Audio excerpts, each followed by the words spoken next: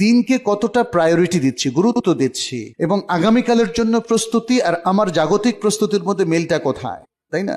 দেখা যাচ্ছে আপনার অফিসিয়াল একটা ট্যুর আছে, রাত 12টায় আপনার ফ্লাইট, ওটা কিন্তু আপনার মিস হচ্ছে না, কিন্তু এশার সালাত ঠিকই মিস করে ফেললেন। রাত 3টায় আপনার ফ্লাইট, অথবা 4টায়। এখন ফজর ওয়াক্ত হয় 5টার পরে, কিন্তু আপনি দেখেন রাত 4টার ফ্লাইট মিস হলো না, কিন্তু 5:30টার ফজর কিন্তু আপনার মিস হয়ে গেল। ভাইরা, এটা প্রস্তুতি হয় না। প্রস্তুতির জন্য আরো সিরিয়াসনেস লাগবে। আমাদের দিন, আমাদের সালাহ, আমাদের সিয়াম, আমাদের ফরজ কাজগুলো কি একটা ফ্লাইট ধরার চাইতে অগুরুত্বপূর্ণ বলেন তো? ট্রেনের শিডিউল ধরার জন্য আমরা যে চেষ্টা করি তার চাইতেও কি দিন অগুরুত্বপূর্ণ?